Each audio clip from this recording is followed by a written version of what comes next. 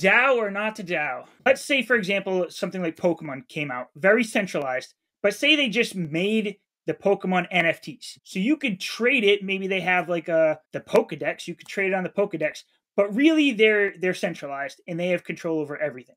Versus something like Illuvium, which is going to be on the complete opposite side. They have a DAO. They have a council. When big changes happen, you need to go through the community, go to the council, get something voted on and approved before that change happens in the game. What do you think is going to be more successful in the long run? Thirdz, let's start with you on this one. I've never seen the benefits of a DAO really implemented properly. And maybe that's just my ignorance, but it's my view on DAOs in general. In terms of gaming, when I first thought about gaming and DAOs, I thought immediately of games like old school RuneScape. I'm not sure if you're familiar with old school RuneScape, Najaf, but I know Jimbo plays it or has played it in the past. They have a voting system on significant game updates, and I think that's fantastic. You need to get over 70%, and people seem to love the fact, and gamers love the fact, that they are able to get in on decisions. Where I am, once again, going back to my questionable side of DAOs, is even within gaming, when you have financial decisions or certain important company decisions, or not even personnel decisions or whatever, I know that's usually the company and the foundation, for example, the Illuvium Foundation, that makes that decision. They don't really put that towards the DAO. But even just other decisions here and there, like staking or whatever it may be, should not be in the hands of the DAO. The DAO in gaming should only be related to game decisions, stuff that is being introduced to the game or changes to the game, even maybe something to do with balancing.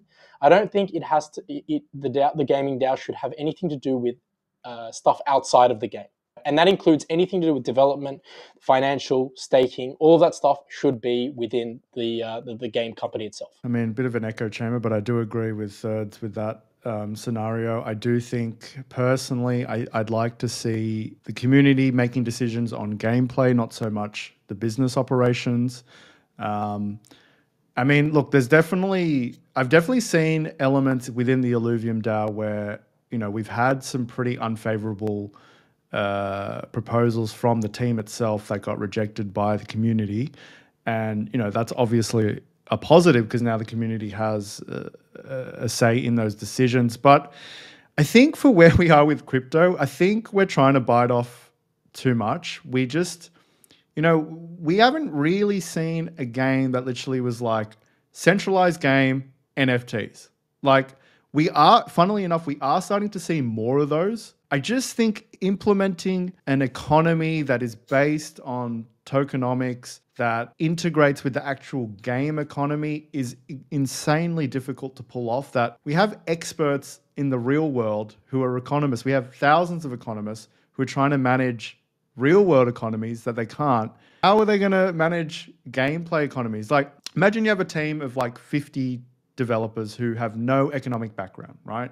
And they want to create a star atlas where the economy is going to be, you know, very dynamic, lots of stuff going on. And what experience do they have? What experience do the people in their DAO have to manage an economy of that scale? I'm kind of surprised by Skuz and Thirdz' answer, to be honest. And I used to be the guy that was like, DAOs are stupid. They don't make any sense. It takes too long to get any changes done. People who get into positions that they don't have the knowledge or expertise for, DAOs are stupid. But then I kind of got on Illuvium's DAO somehow.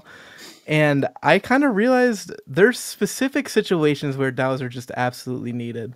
Honestly, I would probably still prefer something more centralized because I think a lot of people, especially right now, are investors and they come at a lot of issues that are aimed towards the DAO from an investor mindset. If Illuvium gets mass adoption and you're playing it let's say you're playing Arena, 99 out of 100 people that you play against shouldn't be investors. Investors should not be having this huge say in what happens in a game that is trying to go for mass adoption and is trying to bring in actual gamers.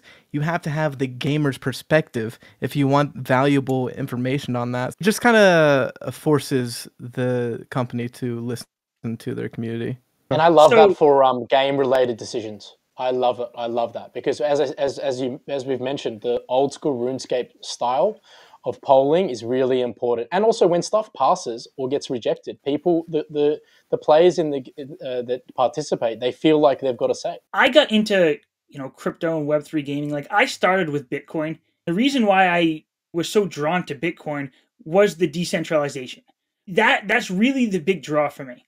So then when I got into Web3 gaming and I learned about NFTs and all that, again, it was the decentralization that really drove me. So when I see a DAO, even like the DAO that I'm, a participant in with Illuvium, I think that it still has a long way to go. I don't think, games like Illuvium should just give up on the DAO. I think it is the way forward. I just think that there's a lot of things that still need to be worked out. There's still a lot of growing pains. Centralization, I'm just one of those people where I just don't like it.